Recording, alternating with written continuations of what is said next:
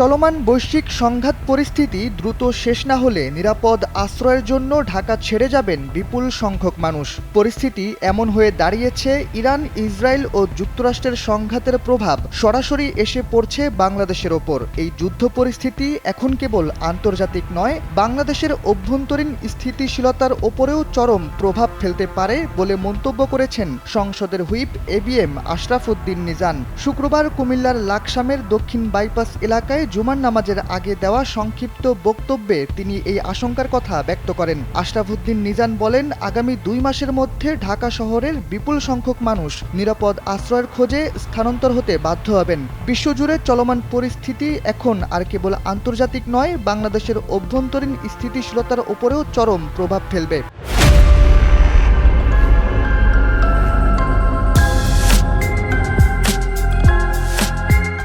ABM Ashraf আশঙ্কা প্রকাশ করে আরও বলেন, বিশ্বব্যাপী এই সংঘাত অব্যাহত থাকলে বাংলাদেশের পরিস্থিতি 1971 সালের মুক্তিযুদ্ধের সময়ের চেয়েও ভয়াবহ আকার ধারণ করতে পারে, যার জন্য তিনি দেশের জনগণকে আগত পরিস্থিতি মোকাবেলার জন্য মানসিক প্রস্তুতি নিয়ে রাখতে বলেছেন। সাথে সবাইকে সচেতন থেকে বৈশ্বিক বর্তমান পরিস্থিতি পর্যবেক্ষণ করার আহ্বান জানিয়েছেন।